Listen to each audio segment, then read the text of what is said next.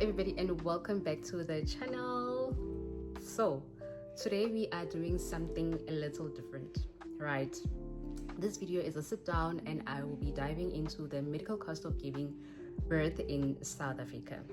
I'm really excited to share my experience and thoughts with you and also hear your insights as well.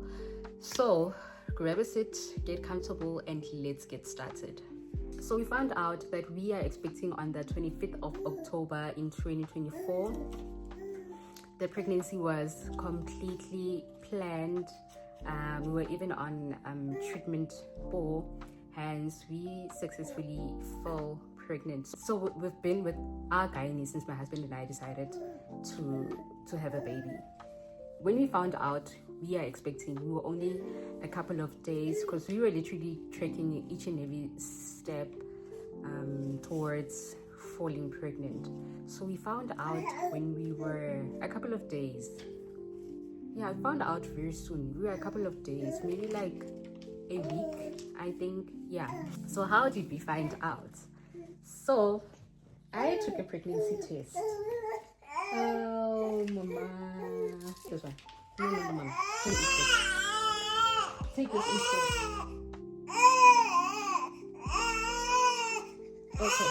So I took a pregnancy test post a couple of days after taking the fertility treatment that we are on, and I just like couldn't wait. I really couldn't wait. So our gynae had asked us to come after like 2 weeks, right?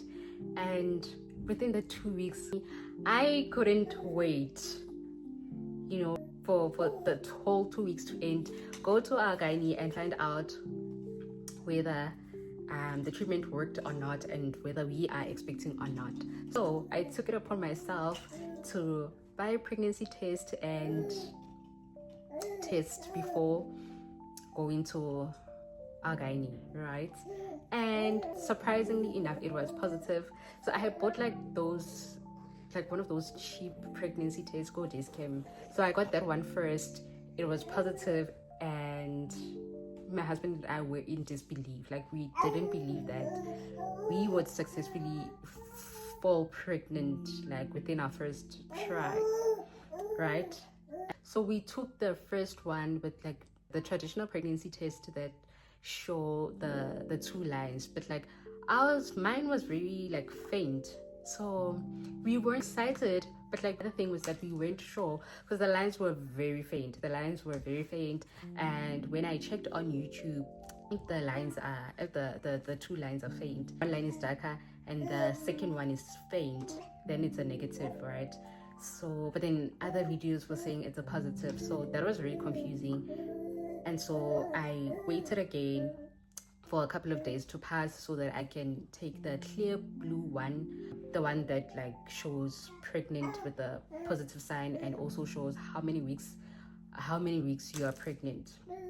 So again, we waited for a couple of days, and after a couple of days I got the clear blue one. I remember my husband wasn't around, he was at home, so I got the clear blue one, took the test. Surprisingly enough, it was positive, like said pregnant 3 to 4 weeks. Imagine, like I couldn't believe that like at the point in time we were already 3 to 4 weeks pregnant.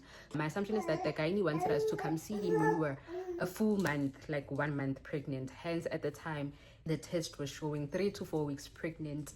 And after the 14 days waiting period, we already knew that we are expecting, and we took a scan and it showed that we are expecting. We had our first appointment on the 6th of November in 2024, and for that we paid 1,974 rand 0.3 on the day. We went to confirm that we are definitely pregnant and check how far along are we, and also get an estimation of the due date. At the time, fertilization had occurred in the fallopian tube, and our gynae suspected that it might be an ectopic pregnancy, so we had to return again on the 11th of November.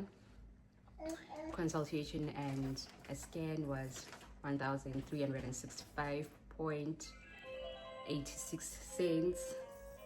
Then we went again on the 20th of November. I don't recall on the 20th of November why we had to go again, but then we paid the same price that we paid on our last appointment, which is 1,365 rands and 86 cents.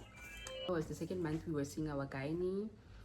I went to see a clinical pathologist for bloods, and then we also had a normal checkup with the gynae. So we did consultation and scan. So for the bloods we paid 2,106 rands and 40 cents, and then for our consultation we paid 1,976 rands and 65 cents. So that's all we paid for December.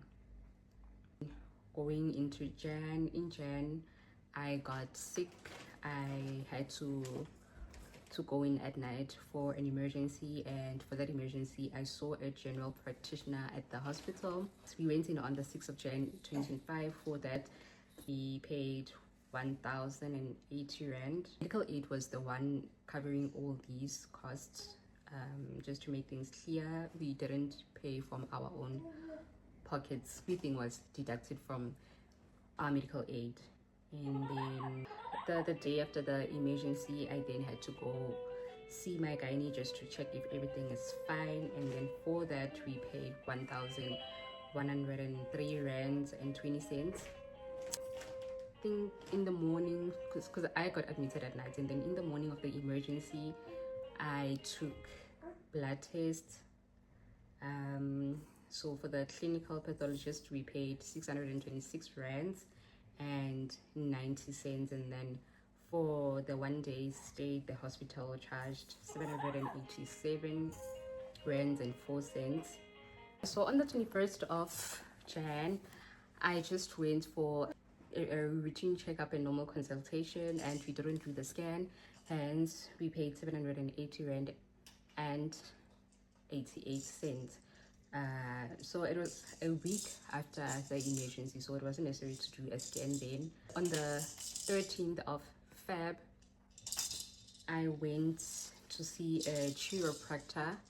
I had like back pain, and my shoulders were also like painful. So my back area, like from my neck to down there, it was just painful. So I went to see a chiropractor for that. For that we paid 915 rand and 90 cents. Then I had to go in again on the 17th of Feb. We paid 712 rands and 60 cents. And then the same day again on the 17th of Feb, I had a consultation with our gynae. For that we were charged 2,063 rands and 98 cents. So it was for consultation and the scan as well. So my husband and I preferred doing the scan all the time, so that if anything is wrong it can be easily detected, you know. And we just liked we honestly just liked seeing our baby on the scan. It was literally our favorite thing about the pregnancy, like seeing the baby on the scan. So we preferred taking the scan every month, because with the scan you get to have a visual presentation of where you guys are with the pregnancy and how baby is doing. Hence we preferred doing the scan every month. That is in Feb. And then again on the 17th of March we went for our normal routine checkup with the gynae, where we paid 1,422 rand and 48 cents. On the 22nd of March, I don't remember exactly, like on this day of seeing the clinical pathologist, which test specifically was I taking. I remember taking the glucose one for checking gestational diabetes. Oh, and then I remember the other one was for finding out what my blood type is. So you need to know that beforehand, so that on the day you're giving birth, if you lose a lot of blood and they need to give you someone else's blood, they know which blood type you are beforehand. Yeah, the others, Shem, I don't remember what they were for. That was all in March. So first trimester was kind of hectic. So that's when we like went to our gynae, like either every week or two, you know, because first trimester is very challenging. It's the most sensitive time of pregnancy. And you learn that once you get through the first trimester, the other two remaining trimesters are just a breeze. So first trimester was, yeah, it was hectic, because as you can see, from April, we just see our gynae once a month. So at the point in time, everything was going well with the pregnancy, so it wasn't necessary to see our gynae like every twice a week or every week. Yeah, we then went again on the 14th of April. So it was a normal routine checkup, consultation, and scan. For that, we paid 1,780 rand and 98 cents. We went again on the 12th of May, following month, and then on the day, I remember we decided not to take the scan. I think around May, we were out of funds for taking the scan. So in May, we didn't do the scan. We just went for a normal consultation, and then the gynae did a fetal measurement using this other instrument. Just measured my bump in length, and that's all he did in that appointment. I was still okay. There was nothing alarming about the pregnancy at the time, and I was literally close to giving birth. This was in May, and then we went again on the 18th of June. So on the 18th of June, we did consultation and scan, and we paid 1,780 and 98 cents. And then in July, things were happening. In July, it was the month in which we were supposed to give birth. So in July, it was a case of we had to see our gynae every week until I start getting contractions and I get admitted at the hospital. So luckily, our estimated due date was first week of July. We gave birth a day before the estimated due date. So thank God for that, because then we didn't have to go in every week to see our gynae. Yeah, so we went in on the 2nd of July. We went for consultation and scan. For that, we paid 1,773 rand and 55 cents. And then we went in again to see our gynae on the 4th of July. On the day, I remember very well. I will never forget the day. So on the day, I went to do a shame. Even Bokang is laughing at me. So on the day, I went to do a cervical check. So on the day, we did a scan, and then I did a cervical check as well, which was extremely painful.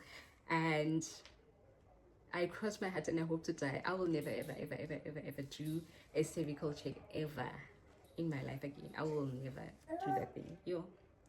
So on the 4th of July, we went in for that, the cervical check and consultation. On the same day, I got admitted to the hospital, and for that we paid 41,146 rands and 89 cents, which is quite a lot. And then there was a charge again to the hospital, which was 5,091 rand and 80 cents.